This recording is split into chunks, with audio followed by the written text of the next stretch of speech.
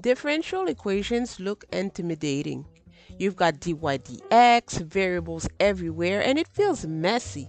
Where do you even start? The good news is that you can solve many differential equations by simply separating the variables. No magic, just algebra and integration. Let's fast track it. Here's the core rule. If you have dy dx equals to a function of x times a function of y, that is dy dx equals g of x times h of y, this could be written as 1 over h of y dy equals g of x dx. In other words, you can separate the variables. This single rule unlocks a huge class of differential equations. The strategy is always the same. First, you'll separate the variables.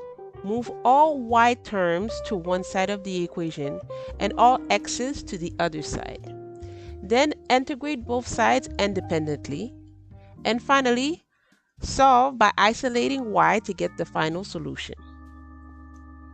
For example, if we want to solve dy dx equals 3x, first we'll need to separate the variables.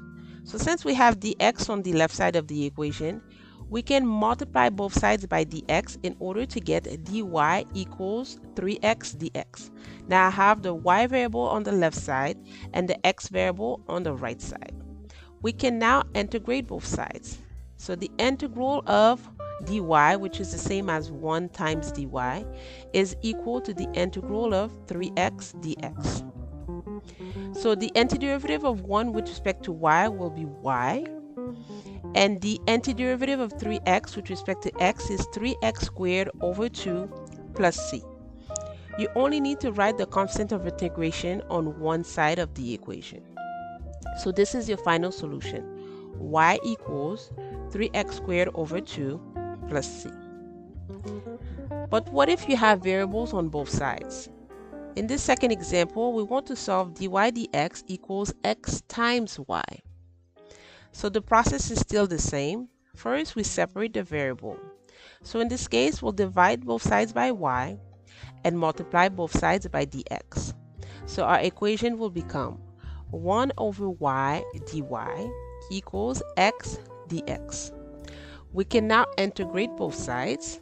So the integral of 1 over y dy will be equal to the integral of x dx. The antiderivative of 1 over y with respect to y is ln absolute value of y, and the antiderivative of x with respect to x is x squared over 2, and then we'll add our constant of integration plus c. When you see ln absolute value of y after integrating, exponentiate both sides to isolate y. E to the power ln y will be y, and e to the power x squared over 2 plus c can be rewritten as c e to the power x squared over 2. The constant c absorbs the plus or minus sign. Now, in this next example, we have a trigonometric function. We want to solve dy dx equals sine x times y. First, we'll separate the variables by dividing both sides by y and multiply both sides by dx. So this becomes 1 over y dy equals sine of x dx. Integrating both sides, integral of 1 over y dy equals integral of sine x dx. The left side will become ln absolute value of y, and the right side, the antiderivative of sine x with respect to x will be negative cosine x plus c. In order to solve for y, we'll need to take the exponential on both sides. So this will become y equals c e to the power negative cosine x. And that will be our solution. Here's your challenge for today. Try this before checking the solution. Solve for dy dx equals x over y. You'll need to multiply both sides by y to begin separating. So here's your solution. First, you separate. This will become y dy equals x dx. Integrating both sides, the integral of y dy is equal to the integral of x dx.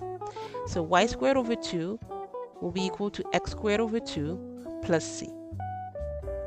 In order to solve for y, you'll need to multiply both sides by 2 and then take the square root.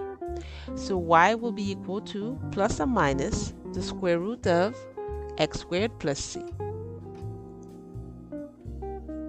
Separation of variables is one of the most important techniques in differential equations. Master this 3-step rhythm. Step 1. Separate. Get all y's on one side and all x's on the other side of the equation. Step 2. Integrate. Integrate both sides separately and don't forget the constant plus c. Step 3. Isolate y in order to solve and exponentiate if you encounter ln absolute value of y. Separate, integrate, solve. That's all there is to it. Thanks for watching. Please like and subscribe to keep learning with us. And don't forget, math success starts when you stay on the fast track.